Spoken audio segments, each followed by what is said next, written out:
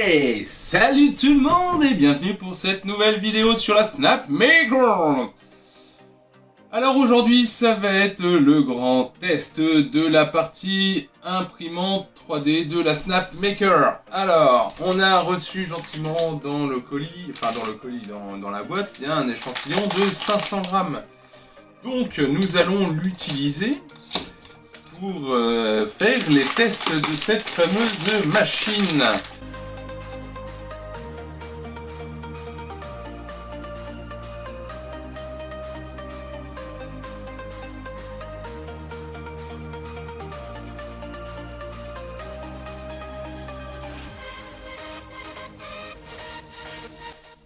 Infiniment bon, donc j'ai ma espèce de petit papier là qui me sert à calibrer et le laser et l'imprimante 3D dont on va se servir. La bobine que je vais mettre ici, je ne vais pas couper maintenant le filament, on va l'allumer ensemble pour faire le calibrage ensemble. Dans ma petite clé USB qui est ici, j'ai déjà mis 3 G-codes. Donc les G-codes, c'est le type de fichier que l'imprimante va lire. Donc ça peut être des OBJ, comme par exemple pour les FlashForge, et d'autres types de fichiers pour, comment dit-on, la Zortrax M200 et tout ça. Donc là, elle lit aussi bien du G-code que de l'OBJ. J'ai mis 3, comme je vous disais, fichiers test, le petit cube de calibrage, j'ai mis le Benchy, et j'ai mis l'impression test que j'aime bien voir chez les frères Poulain, vous savez, celui où on va voir les différents degrés, jusqu'à combien en termes de degrés de pente elle peut imprimer. Donc là ça va jusqu'à 80 degrés il me semble, voilà, enfin toutes les petites parties. Donc ce que je vous propose, c'est qu'on l'allume ensemble. Après on fait le calibrage, on met le filament, on va voir comment elle s'organise pour tout ça. Et après on lance des petits timelapses sur les impressions. Donc j'ai bien branché l'ensemble des éléments, on l'a fait ensemble dans la précédente vidéo. Maintenant on va l'allumer et je l'allume avec vous pour la première fois. Je lève mon petit bouton.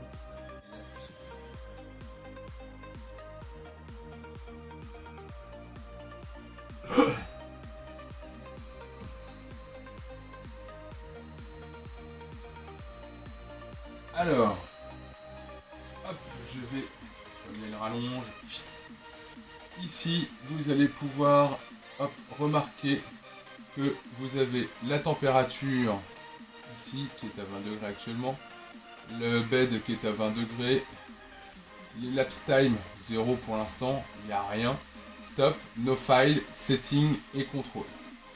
Alors on va faire setting pour voir. Ici donc on a calibration, FAQ, about.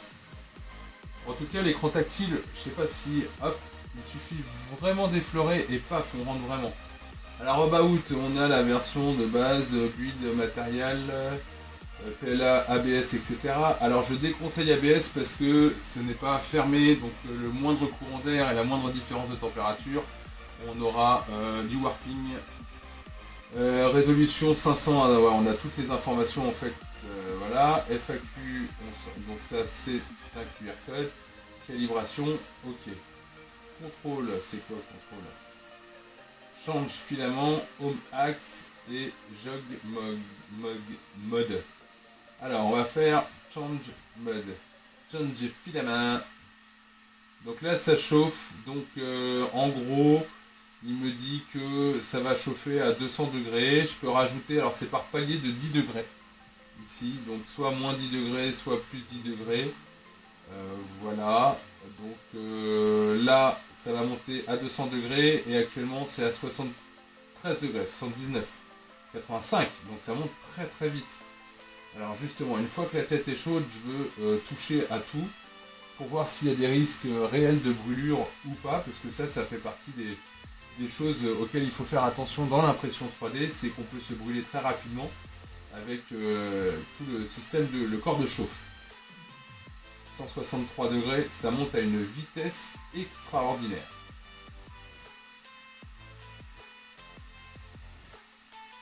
« 192, 196, 201, 205, et calme-toi Pépère, 207, 209.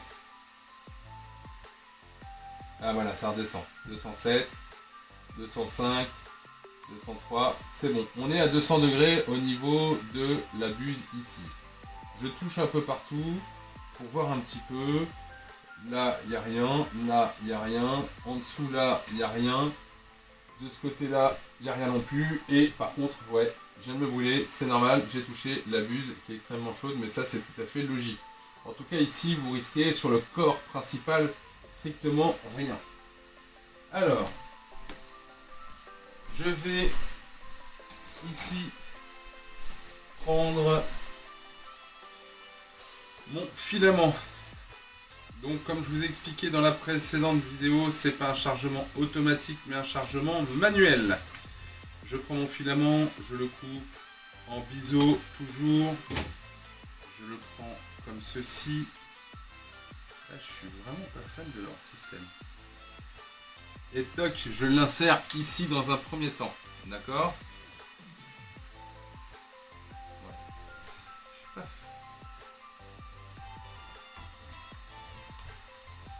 Toc. Ensuite, je viens presser ici, donc sur le bouton, donc il faut le faire relativement fort. Voilà. Et là, voilà, c'était ça. Et là, par magie, le filament s'écoule, s'écoule, s'écoule. Alors on voit qu'elle a été testée auparavant, parce que, vous voyez, le filament bleu qui est sorti, alors que c'est du blanc qui est mis. Donc en tout cas, ça a été testé auparavant. Donc ça, c'est plutôt positif, c'est-à-dire que la machine a été testée, enfin que cette partie-là a été testée en tout cas. Le filament est chargé. Je reviens en arrière. Ici, je vais appuyer sur Home Axe. Alors les ventilateurs, honnêtement, font énormément de bruit. Les petits moteurs, c'est quand même pas mal non plus.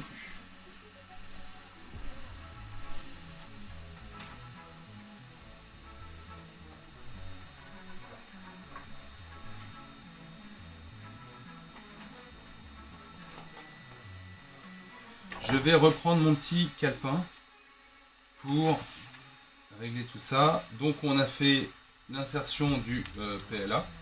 Voilà. Alors level, ok.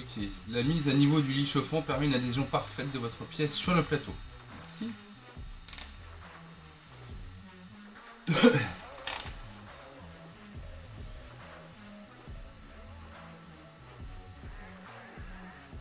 Alors, ces coins correspondent au numéro. Alors, setting. Donc, on fait calibration. Voilà. Donc, sur le petit calepin, il vous explique également les différentes étapes. Voilà, et il vous explique qu'en fait, on va faire la calibration sur 4 points. Avec donc la petite feuille de test A4. Et il vous explique tout. Voilà. Alors, qu'est-ce qu'il me dit? Donc là, il me dit, comme dans le calepin, je prends ma petite feuille ici. Il me dit d'appuyer sur 1. Donc j'appuie sur 1. Le plateau y va. Je prends ma petite feuille A4. Enfin, le petit morceau qu'ils m'ont donné ici. Tac, alors j'ai un petit bout de filament qui dépasse. Alors pour éviter que... Essayez d'avoir une tête d'extrusion relativement propre pour pouvoir faire la calibration. Donc tac, je retire ce petit morceau de filament. Voilà, je prends une espèce de petite calibration card, comme ils appellent ça. Voilà. Je la mets en dessous, comme ceci. Et ensuite, il m'explique bien que je dois avoir 1 mm. Donc, je peux appuyer sur Up and Down. Je monte ou je descends. Donc là, je vais descendre puisque j'ai quasiment 1 cm. Donc là, on va descendre avec un peu plus de... Voilà.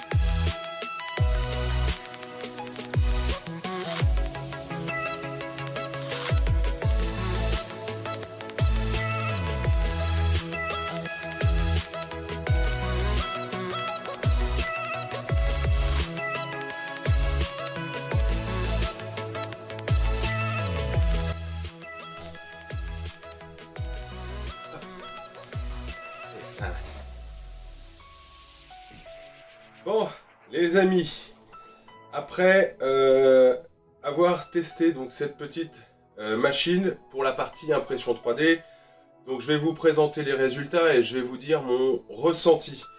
N'oublions pas que cette machine commence en termes de prix à 750 € et va même jusqu'à 999 € sur certains modes chez certains revendeurs. Voilà, alors, honnêtement, donc on va commencer par le petit cube. J'ai commencé par le petit cube. Vous avez vu les timelapses. Donc ça c'est... écoutez, honnêtement je suis assez surpris. Donc ce que j'ai fait en termes de réglage, je suis parti sur la base, c'est-à-dire impression normale, avec des layers de 1, de 2. Voilà, honnêtement, c'est propre. Là-dessus, j'ai rien à dire. Alors après, c'est avec leur filament. Est-ce que ça aurait eu les mêmes résultats avec un autre filament? J'en sais rien. J'ai pas voulu prendre les impressions test de la machine. Voilà, j'ai voulu prendre des impressions test complètement neutres pour avoir vraiment un rendu autre que leur programme déjà pré-réglé et ainsi de suite. Alors le petit cube, honnêtement, c'est propre. Vous allez avoir les images qui s'affichent sur mon côté. Alors peut-être côté droit, côté gauche, en haut, en bas, je ne sais pas, on verra en fonction de mon humeur. Mais je peux déjà dans un premier temps vous dire que le petit cube, il est vraiment très sympa. C'est propre, c'est net, C'est voilà, il n'y a pas de bavure, il n'y a pas de cheveux d'ange, vous savez les petits fils là, tout petits, tout fins, voilà. Non, c'est propre. Pour le petit cube en tout cas, opération réussie et validée. Alors pour le Benchy imprimé sans support. Honnêtement, c'est propre. Là-dessus, il y a le fil de fin d'impression, mais ça c'est pas gênant en soi. On arrive sur quelque chose de relativement propre. Alors il manque un petit peu de matière à certains endroits. Je vais vous montrer ça dans la présentation à côté de moi. Non, c'est propre. Honnêtement, il n'y a pas de souci en hauteur. C'est assez propre. Honnêtement, alors là, non, c'est propre. Franchement, rien à dire. Alors maintenant, passons au test ultime. Moi, j'aime bien ce petit test ultime. Pourquoi? Parce on va savoir à peu près. Je sais que les frères Poulain l'utilisent énormément. Et je sais qu'avec ce test, on va savoir vraiment beaucoup de choses au niveau de l'impression 3D de la machine, au niveau des capacités de la machine. Donc c'est ce fameux test avec les angles et tout ça. Alors, si je regarde l'ensemble est relativement propre. Là-dessus, il n'y a aucun souci, les finitions sont propres. Bon, les écritures, je vous avoue qu'elles sont pas terribles. Après, j'ai dû réduire la taille, puisque la taille originale de celui-ci était un peu plus grande que le plateau d'impression, donc j'ai dû réduire la taille. Mais honnêtement, pour une petite machine comme ça, c'est plutôt propre. Alors ici, nous avons quelques défauts à cet endroit-là, au niveau des piliers. Donc là, bon, je pense que c'est normal. Après, il y a de la vibration. Je suis sur une table pas forcément très stable et tout ça. Donc, bon, ça reste relativement propre. Ensuite, on a des petites barres ici. C'est propre aussi. Là-dessus, il n'y a aucun souci. C'est monté franchement nickel. Au niveau des deux axes, d'ailleurs, c'est propre. Ensuite, on a ce que j'appelle les haies. Vous savez, les haies que vous allez sauter dans le jardin d'acclimatation pour s'échauffer, voilà, faire du sport. Alors, honnêtement, c'est propre. Il n'y a aucun fil qui se promène. Toutes les barres sont nickel à cet endroit-là. Même en dessous, il y a un petit fil qui se promène, mais honnêtement, rien de grave. L'espèce de rectangle pavé ici, c'est propre. Les ronds qui sont ici, honnêtement, c'est très propre également. Au niveau des trous qui sont ici, c'est propre. Là-dessus, j'ai rien à dire. Alors, après, on va attaquer deux choses plutôt difficiles. Donc, on a cette espèce de petit carré avec une barre sur le dessus. Si on le regarde dans ce sens-là, ça fait un L. Alors, pour le cube en soi, ici, est bien monté nickel. Par contre, pour revenir dans le vide, ici, on voit qu'il y a eu des soucis d'impression. Ça a imprimé dans le vide. Donc, difficile de tenir. Alors, la finition au-dessus est propre, et encore, mais par contre, on voit bien que là, s'il n'y a pas de support, ben c'est mort. Concrètement, c'est pas terrible. Et ensuite, on va regarder les différents angles d'impression, jusqu'à combien il peut aller. Elle peut imprimer sans avoir de support. Donc les supports, si j'avais mis des supports, en fait, ils auraient été ici pour imprimer, on va dire, les deux derniers angles. Donc les deux derniers angles étant 70 et 80 degrés. Et ben honnêtement, pour une petite machine comme ça, je suis impressionné parce que c'est très propre sur le dessus, au niveau de la finition. Et en dessous, on voit qu'il y a des petits défauts. Mais honnêtement, ça l'a fait propre. Là-dessus, j'ai vraiment rien à dire. C'est assez propre. Bon, il va falloir qu'on se fasse une petite conclusion. Alors, sur la partie impression 3D, je vous avoue que je ne suis pas déçu. Je pense qu'il y a certaines choses à améliorer sur cette machine, notamment le côté filament, comment on le pose, si on le pose vers le haut, mais j'ai peur qu'au bout d'un moment ça fasse ça, ça parte en live. Si on le met filament vers le bas, le souci qu'on va avoir c'est que ça forme un ressort ici, ça se prend dans le fil. Donc je pense qu'il faut faire un petit guide pour pouvoir bien guider le filament pour pas qu'il touche aux autres fils et tout ça. Ça c'est le premier truc. Deuxième truc, où j'ai eu un souci, je vous le cache pas. Pour cette impression là, j'ai dû utiliser Cura. Alors, pourquoi? Parce que avec le logiciel Snapmaker, ce que je n'ai pas compris, c'est que il voulait pas me générer de G-code. Et ben, vous savez quoi, je vous le montre tout de suite. Donc voilà, vous avez vu, j'ai pas pu générer de G-code. Pourquoi? J'en sais rien. J'ai essayé d'aller sur des forums, j'ai essayé de poser des questions à droite, à gauche. J'ai eu aucune réponse par rapport à ça. Enfin, aucune réponse probante en tout cas, qui correspondait à ce problème. Donc j'ai dû utiliser Cura. Alors là où ils ont été intelligents, SnapMaker, c'est que sur leur site, pour utiliser Cura, et ben c'est simple, vous avez un onglet avec marqué Cura, et en fait vous avez le G-code de départ et le G-code de fin à rentrer dans la programmation de Cura quand vous créez une nouvelle imprimante. Donc honnêtement, ça m'a sauvé la vie pour faire cette impression-là, ou sinon j'aurais été bloqué. Pourquoi? Je n'en sais strictement rien. Si d'ailleurs vous avez une idée, n'hésitez pas à me la mettre en commentaire. Honnêtement, mis à part ces deux soucis-là, il y a un petit bruit qui se promène de sifflement. Je ne sais pas d'où ça peut venir. Alors est-ce que ça vient du plateau? Est-ce que ça vient de l'axe? J'en sais rien. Non, je sais pas. Vous voyez là, j'ai un doute. Je pourrais pas vous dire. Mais honnêtement, rien de grave. Je pense que c'est juste un coup d'huile ou un serrage à faire ou un desserrage à faire quelque part. Mais voilà. Donc voilà mes conclusions pour la partie impression 3D de cette machine. Elle va pouvoir m'aider à faire quelques petites pièces, quelques petites choses. Faut pas s'attendre non plus à faire des gros volumes. Ou bien il faut retravailler les fichiers que vous allez imprimer avec en les recoupant et ainsi de suite. Mais honnêtement, c'est plutôt propre de base au niveau de l'impression 3D. Je suis pas déçu. Honnêtement, c'est correct. Maintenant, attention, on arrive quand même sur un budget. J'ai lu sur certains sites qui mettaient à bas prix. C'est quand même 800 balles. 800 balles, c'est pas rien. C'est pas un petit prix. Tout le monde ne peut pas s'acheter une machine à 800 €. Sachant que le SMIC, si on se base par rapport à un SMIC, on est à peu près aux alentours de 1002-1003. Entre les deux, mon cœur balance. Donc ça reste quand même un budget relativement important. Alors, s'ils entendent petit prix parce qu'elle peut faire 3 choses sur une seule machine, ok. Mais c'est pas un petit prix où tout le monde peut se dire tiens, et si j'achetais une SnapMaker? Bon, donc bon, en tout cas impression 3D, nickel. Écoutez, moi je vous dis un truc, c'est que partagez cette vidéo, likez, mettez-moi des commentaires si vous avez des questions ou des réponses par rapport à mon petit problème. Là-dessus, je serais ravi d'interagir avec vous. Abonnez-vous, pour moi c'est important parce que j'ai pas mal de vidéos qui arrivent. Il y a pas mal de gros projets qui vont arriver aussi et qui vont vous plaire, j'en suis persuadé. Et puis ça sera toujours dans mon même délire.